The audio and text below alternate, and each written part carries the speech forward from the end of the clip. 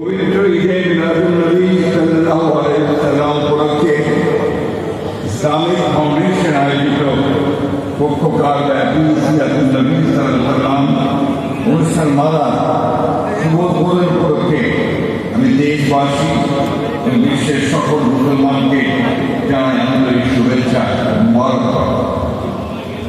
ঈদে মিলাদুন্নবী সাল্লাল্লাহু আলাইহি ওয়াসাল্লাম সারা বিশ্বের মুসলমানদের জন্য অত্যন্ত পবিত্র ও মহামানব সময়।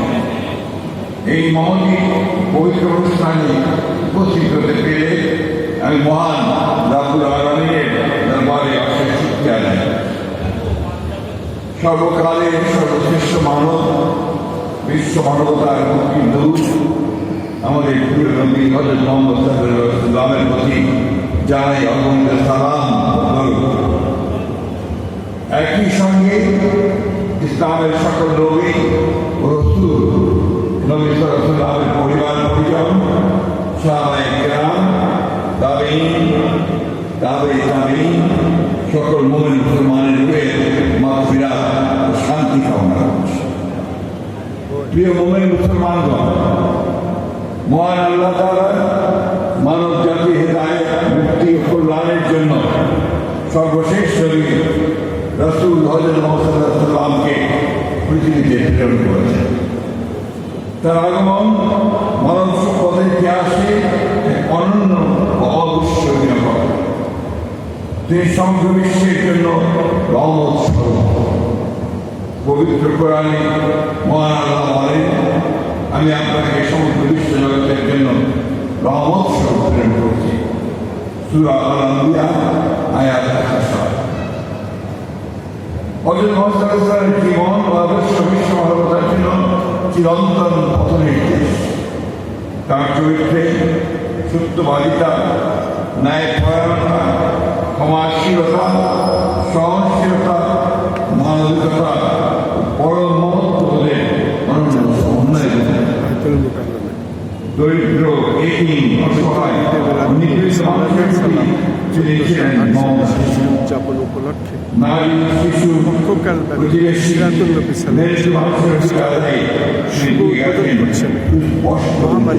রাষ্ট্রপতি তিনি মানুষকে ধর্ম, বর্ণ, গোত্র, ভাষা, অঞ্চল কিংবা সামাজিক অবস্থার কারণে কোনো মানুষকে অবজ্ঞা করা যায় না।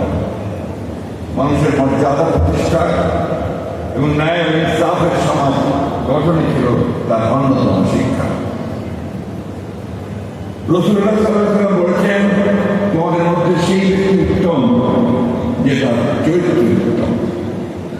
মহান আল্লাহ অনুপম চরিত্রের প্রশংসা করে পবিত্র কোরআনে ইরশাদ করেছেন, নিশ্চয়ই আপনি মহান চরিত্রের অধিকারী।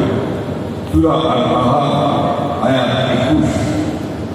মহানবী সাল্লাল্লাহু আলাইহি ওয়াসাল্লামের এই পবিত্র চারিত্রিক বৈশিষ্ট্য ও শিক্ষা আমাদের ব্যক্তি, পারিবারিক, সামাজিক ও রাষ্ট্রীয় জীবনে সততা, নৈতিকতা ও উত্তম চরিত্রের সর্বোচ্চ গুরুত্বকে স্মরণ করিয়ে দেয়।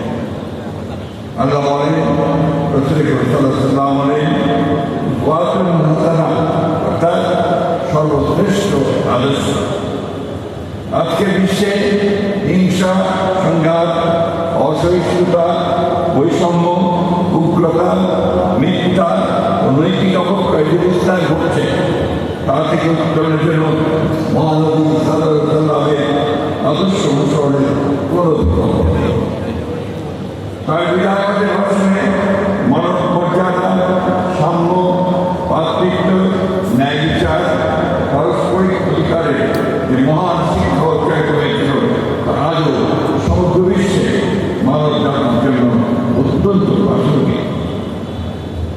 মহানবী সাল্লাল্লাহু আলাইহি ওয়াসাল্লামের মাধ্যমে আল্লাহ তাআলা সার্বজনীন, চিরন্তন ও পূর্ণাঙ্গ জীবন বিধান, কমপ্লিট কোড অফ লাইফ, পবিত্র কোরআন নাযিল করেন।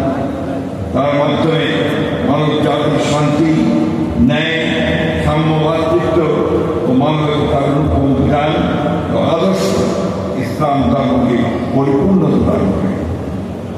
মহানবী সাল্লাল্লাহু আলাইহি ওয়াসাল্লামের প্রতি প্রকৃত ভালোবাসা প্রকাশের উপায় হল কোরআন সুন্দর আলোকে আমাদের জীবন, পরিবার, সমাজ, রাষ্ট্রকে পরিচালনা করে। সম্মানিত সুধীমণ্ডলী, বাংলাদেশ সাম্প্রদায়িক সম্প্রীতি, ধর্মীয় সহ অবস্থানের এক উজ্জ্বল ঐতিহ্যের দেশ। এদেশের মানুষ যুগ যুগ ধরে পারস্পরিক শ্রদ্ধা, সহনশীলতা ও সম্প্রীতির সঙ্গে বাস করে আসছে। মানবিক সাল্লামের অন্যান্য ধর্মের সমন্বয়ে যে সমাজ ব্যবস্থা পারস্পরিক অধিকার সম্পূর্ণ শান্তিপূর্ণ অবস্থানে দৃষ্টান্তে স্থাপন করেছেন, আমাদের জাতীয় জীবনে শান্তি ও সম্প্রীতি প্রতিষ্ঠায় তা অনুসরণ। সেই দৃষ্টান্তকে পাশে করেই আমরা এমন একটি বাংলাদেশ গড়ে তুলতে চাই যেখানে ধর্মপ্রাণ মানুষ স্বাধীনভাবে ধর্ম পালন করবে, সকল ধর্মের মানুষ নিরাপদ ও সম্মানজনক জীবনযাপন করবে, ন্যায় বিচার, সাম্য, মানবিক মর্যাদা, পারস্পরিক সৌহার্দ্য হবে রাষ্ট্র ও সমাজের ভিত্তি। সম্মানিত সুধীমণ্ডলী, বাংলাদেশের মানুষের ধর্মীয় বিশ্বাস, মূল্যবোধ ও ইসলামী সংস্কৃতির সঙ্গে আমাদের জাতীয় জীবনের সম্পর্ক অত্যন্ত গভীর।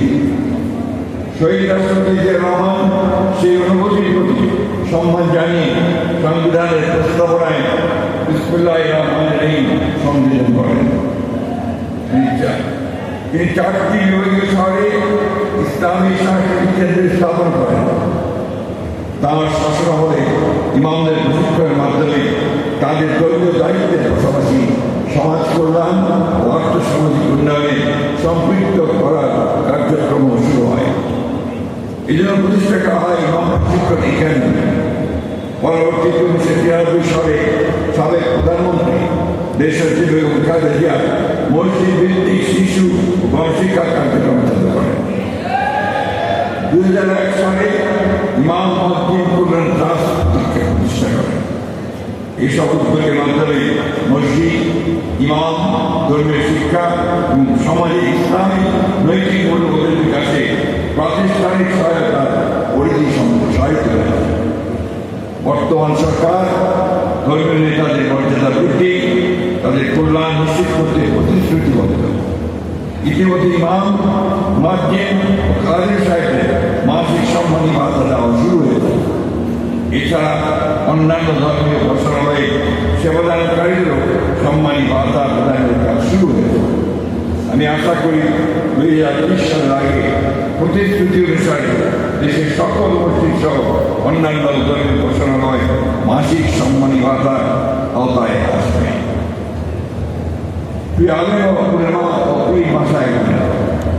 আপনার ধর্মীয় নৈতিক মূল্যবোধের পথ প্রদর্শক মসজিদের মেম্বার থেকে আপনার কোটি মানুষের কাছে সত্য, ন্যায়, সততা, ভাতৃত্ব, মানবতার বাণী পৌঁছে দেয়। তাই সমাজ থেকে দুর্নীতি, মাদক, সন্ত্রাস, সাম্প্রদায়িক বিদ্বেষ, গুজব, হিংসা, নারী ও শিশু নির্যাতন এবং অসহিষ্ণুতা দূর করতে আপনাদের ভূমিকা অত্যন্ত গুরুত্বপূর্ণ। আমি আবার পুনরায় বলছি, অসহিষ্ণুতা দূর করতে আপনাদের ভূমিকা অত্যন্ত গুরুত্বপূর্ণ। আমি আশা করব ইসলামের পবিত্র শিক্ষা, নবী করিম সাল্লাল্লাহু আলাইহি ওয়াসাল্লামের জীবনাদর্শ তুলে ধরে তরুণ প্রজন্মকে নৈতিকতা, দেশপ্রেম ও মানবিক মূল্যবোধ করতে আপনারা অনুপ্রাণিত করবেন।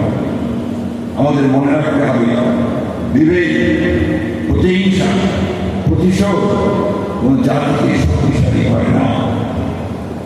অতীতের কর্তৃত্ববাদ, ফ্যাসিবাদ ও অন্যায় যেন আর কখনো ফিরে না আসে, সেই জন্য রাসূলুল্লাহ সাল্লাল্লাহু আলাইহি ওয়াসাল্লামকে অনুসরণ করে এবং ধর্মের শান্তি, ন্যায় ও সম্প্রীতির মনোবাণীকে হৃদয়ে ধারণ করে গণতন্ত্র, ন্যায় বিচার, সুশাসন ও মানুষের মৌলিক অধিকার রক্ষায় আমাদের ঐক্যবদ্ধ থাকতে হবে।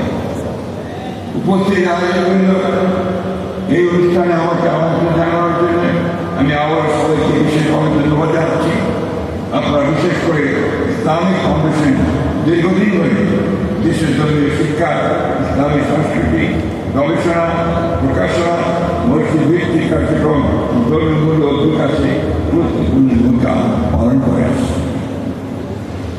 আমার বিশ্বাস পবিত্র ঈদ উপলক্ষে আয়োজিত এই ধরনের কর্মসূচি ইসলামের শান্তি সৌভাগ্য মানব কল্যাণের বাণী মানুষের কাছে পৌঁছে দিতে কার্যকর হতে পারে। আমি এই মন্ত্রী আসার আগে আমাদের ধর্মমন্ত্রী পরবর্তীকালে প্রতিমন্ত্রী মহোদয় ইসলামিক ফাউন্ডেশন এবং বাইতুল মুকাররমের সম্প্রসারণ উন্নয়ন এই বিষয়ে কথা বলেছেন। আমি অবশ্যই সরকারকে অনুরোধ করব তারা যেন এই বিষয়গুলো সহকারে গ্রহণ করে এবং এই বিষয়গুলো যেন বাস্তবায়িত করা সম্ভব হয় সেই বিষয়ে তারা উদ্যোগ গ্রহণ করে। পরিশেষে পবিত্র ঈদে মিলাদুন্নবী সাল্লাল্লাহু আলাইহি ওয়াসাল্লামের এই মহিমান্বিত দিবস উপলক্ষে আমি সকলের প্রতি আহ্বান জানাই, আসুন আমরা মহানবী হযরত মুহাম্মদ সাল্লাল্লাহু আলাইহি ওয়াসাল্লামের সত্য, ন্যায়, সততা, সহিষ্ণুতা, ক্ষমা, মরণপ্রেমের মহান আদর্শে নিজেদের জীবন ধারণ করে।